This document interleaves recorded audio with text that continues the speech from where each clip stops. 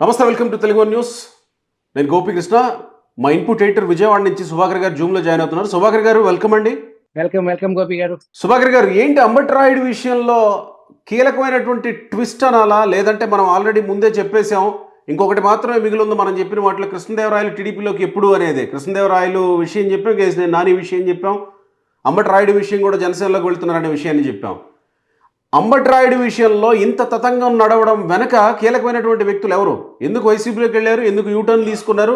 ఎందుకు జనసేనలోకి వెళ్తున్నారు? ఏం జరిగింది అసలు? వల్లభనేని బాలశౌరి వైసీపీ పార్టీకి చెందిన ఎంపీ అంబటి రాయుడు విషయంలో కీలక పాత్ర పోషించారు. ఇక్కడ అంబటి రాయుడు అనేది చిన్న వార్త అయినప్పటికీ అసలు అంతకంటే పెద్ద వార్త, జనసేనలోకి బాలశౌరి వెళ్తున్నారు. వల్లభనేని బాలశౌరి జనసేన పార్టీ తరపున ఎంపీ అభ్యర్థిగా పోటీ చేయబోతున్నారు అని జనసేన వర్గాల నుంచి మనకి ఖచ్చితమైన సమాచారం ఉంది. ఎక్కడి నుంచి? మచిలీపట్నం నుంచేనా? అది గుంటూరు గాని మచిలీపట్నం గాని, అది పొత్తులో వాళ్ళు ఎక్కడ కేటాయించుకుని చేస్తే అక్కడ అనే దానికి సంబంధించి మోస్ట్లీ బాలశౌరి ప్రిఫర్డ్ గుంటూరు అనేది మనకు తెలుస్తుంది. మరి అదే బాలశౌరి ఎందుకు రాయుడు వైసీపీలో చేరుతున్నప్పుడు, వైసీపీకి ప్రోగా కామెంట్లు పెడుతున్నప్పుడు, సోషల్ మీడియాలో స్పందిస్తున్నప్పుడు అప్పుడెందుకు రాయుడిని కన్సల్ట్ కాలేకపోయారు? అప్పుడెందుకు రాయుడిని ఇటువైపుకి తీసుకొచ్చే ప్రయత్నం చేయలేకపోయారు? ఆనాడు జాయిన్ అవటానికి ముందు వైసీపీ ఎంపీ అభ్యర్థిగా గుంటూరు నుంచి రాయుడికి అవకాశం కల్పిస్తాము అనే హామీ మేరకు అతను వైసీపీలో జాయిన్ అయ్యారు. ఆ హామీ నెరవేర్చడం కష్టం అన్నప్పుడు బయటకు వచ్చారు. అంటే ఇది తనకి తానుగా సెల్ఫ్ గా తీసుకున్న నిర్ణయమే అనుకోవాలా? సెల్ఫ్ గా పార్టీ తనకు అవకాశం కల్పిస్తుందని హామీ మేరకు వెళ్ళారు ఆయన. ఓకే, నేను అదే అంటున్నా, సెల్ఫ్గా అవకాశం కల్పించలేదు కాబట్టి బయటకు వచ్చారనే అనుకోవాలా, లేకపోతే ఇంకేమన్నా ఒత్తిళ్లు పనిచేశాయా, ఇంకేమన్నా హామీలు పనిచేశాయా జనసేనలోకి వెళ్ళడానికి? మళ్ళీ జనసేనలోకి వెళ్తారనే వార్తలు వినపడుతున్నాయి కదా. రాయుడు షార్ట్ టెంపర్ అనేది అందరికీ తెలిసిన విషయమే. ఆయన ఎంత స్పీడ్గా వెళ్ళాడో అంతే స్పీడ్గా వచ్చాడు. అవును, అది అక్కడ వెయిట్ చేసే పరిస్థితి లేదు. ఆ హామీ వాళ్ళు నెరవేర్చలేవు అన్నారు కాబట్టి బయటకు వచ్చేసాడు. దానికి సంబంధించి ఇతను జనసేన వైపుకి నడిపించడానికి, బయటకు వచ్చిన జనసేన వైపు నడిపించడానికి బాలశౌరి చక్రం తిప్పారు. బయటకు వచ్చిన తర్వాత జరిగిందే ఇదంతా. రిజైన్ చేయడానికి వీళ్ళంతా కారణం కాదు, బయటకు వచ్చిన తర్వాత. ఓకే, మరి ఇప్పుడు ఎక్కడ రాయుడికి అకామిడేట్ చేసే అవకాశం ఉంది? ఏ కాన్స్టిట్యున్సీ, అసెంబ్లీనా, పార్లమెంటా, దేని మీద చర్చ జరుగుతుంది ఇప్పుడు?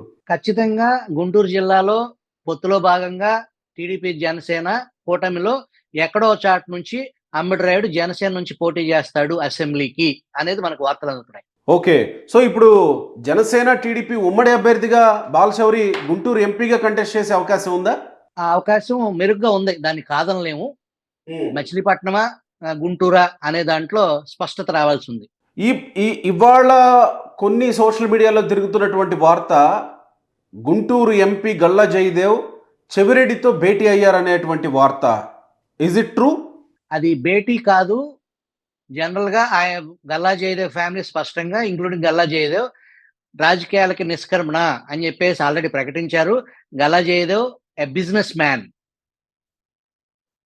ఆ జిల్లాకు సంబంధించిన చెవిరెడ్డి, అదే జిల్లాకు సంబంధించిన ప్రముఖ పారిశ్రామికవేత్త గల్లా జయదేవ్ కలయిక పార్టీ ఫండ్ ఆశించి, ఆ ఫండ్ కలెక్షన్ లో భాగంగా పూతలపట్టు నియోజకవర్గంలో ఉన్న అమర్ రాజా బ్యాటరీస్, అంటే ఎక్కువగా పారిశ్రామికవేత్తల నుంచి ఫండింగ్ కలెక్ట్ చేస్తుంటారు కదా, చేస్తారు. దానిలో భాగంగా చూడాలి తప్ప దానికి రాజకీయ ప్రాధాన్యత లేదు, ఓన్లీ కలెక్షన్. ఓకే, సో అప్పుడు వైసీపీ నుంచి ఎవరు అనేది గుంటూరు ఎంపీ క్యాండిడేట్గా ప్రచారం జరుగుతుంది. ఇప్పటివరకు కృష్ణదేవరాయలని వెళ్ళమన్నారు, నేను వెళ్ళట్లేదు, నేను వెళ్ళలేను అని అన్నారు.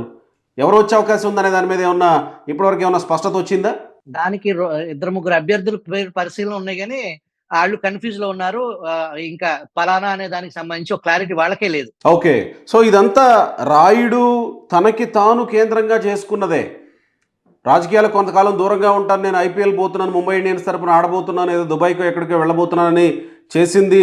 ఇదంతా పక్కన పెడితే రాజకీయంగా చూస్తే తనకు తానుగా చేసుకున్నదే, కానీ ఎవరు పార్టీలోకి వెళ్ళమని రమ్మని బయటికి ఇలా చక్రం తిప్పిన వాళ్ళు ఎవరు లేరు. కానీ బయటకు వచ్చిన తర్వాత మాత్రమే బాలశౌరి జనసేనలోకి నడిపిస్తున్నట్టుగా అనుకోవాలి, అంతేనా? రైట్ సుభాకర్ గారు, థ్యాంక్ యూ.